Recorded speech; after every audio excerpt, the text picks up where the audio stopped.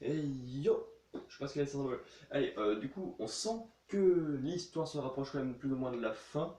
Bon, pas trop trop, mais on s'en rapproche au fur et à mesure. Elle devient compliquée, mais grave cool. C'est le chapitre 89 de la télé des temps. N'hésitez pas à mettre des trucs en commentaire afin d'en parler. Donc, c'est parti. Du coup, ben, ça prend la suite de quand Eren était en train d'expliquer des trucs à voix tout seul, genre dans son titan, le titan assaillant, je crois. Et il y a Levi et Anti qui écoutent et qui font mais je suis bizarre toi, oh là là là, ouh. Et Levi il comprend en fait qu'il fasse ça, tu vois, c'est normal et tout. Bref. Ensuite ils se font libérer de prison. Ils disent un score très très honorable qu'ils sont plus que 9 dans le bâtiment d'exploration, ce qui fait pas beaucoup beaucoup, et le 5 qui fait penser qu'on s'approche de la fin.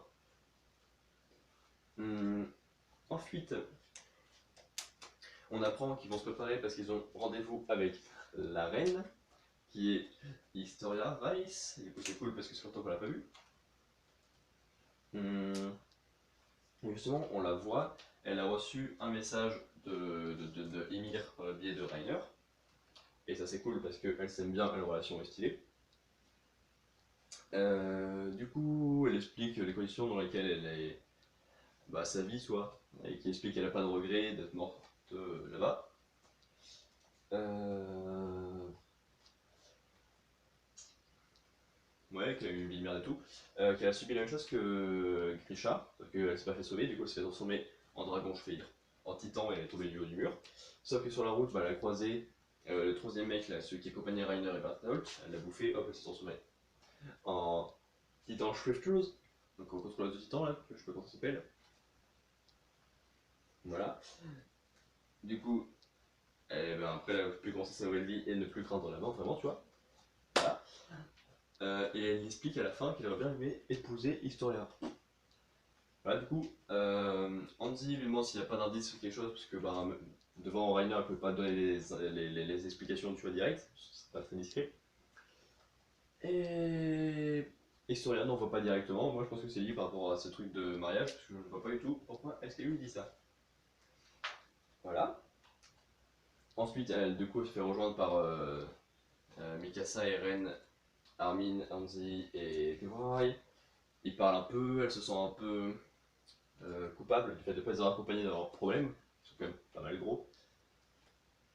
Hum, voilà. Ensuite, il y a une grosse réunion avec genre le commandant Pixis et tous les autres conseillers et tout, afin de rendre hommage à au bassin d'exploration, qui a se passé de genre plein de gens à 9 personnes, qui a réussi à récupérer 3 journaux avec un bout d'autobiographie de Grisha, un truc sur les titans, un truc sur le monde extérieur.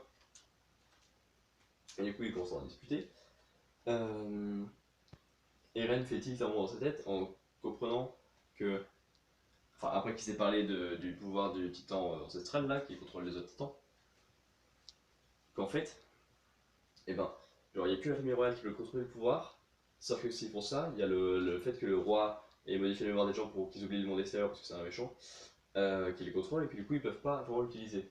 Alors qu'Eren, il peut pas l'utiliser, sauf une fois où il a réussi, et il a compris ensuite que ça, c'est ce titan moche là qui avait tué sa maman et sur qui il a fait ce pouvoir, c'était l'ancienne femme de Grisha qui s'était fait transformer en titan. Et justement, elle faisait partie de la famille royale, si je ne m'abuse. Et du coup, bah là, il a compris qu'il pouvait s'en servir s'il avait à manger un membre de la famille royale. Et du coup, il commence à se lever en disant ah, j'ai une idée. Et après, vu qu'il se rend compte qu'il est dans un contexte pas forcément favorable, il se préfère se taire. Et du coup, parce qu'il pourrait enfin faire n'importe quoi. Et tout le monde lui lance des regards complices, c'est du bâtiment d'exploration. Pendant qu'Andy lui trouve une excuse. Voilà. Et ensuite, on a un passage sur Grisha, encore dans le passé, où il y a le hibou qui lui explique des trucs par rapport au monde extérieur, tout ça, et au monde intérieur, par rapport à genre à la bataille entre ceux de l'intérieur et ceux de l'extérieur, tout ça, mais qu'il faudrait le pouvoir du titan qui contrôle les autres pour pouvoir gagner. Et il explique qu'il faudrait bien faire ça pour pouvoir sauver Mikasa, Armin et tous les autres. Ensuite, du coup, Richard lui demande mais c'est qui eux? Et lui fait bah, je sais pas à qui sont ses souvenirs. Et HP s'arrête là comme ça.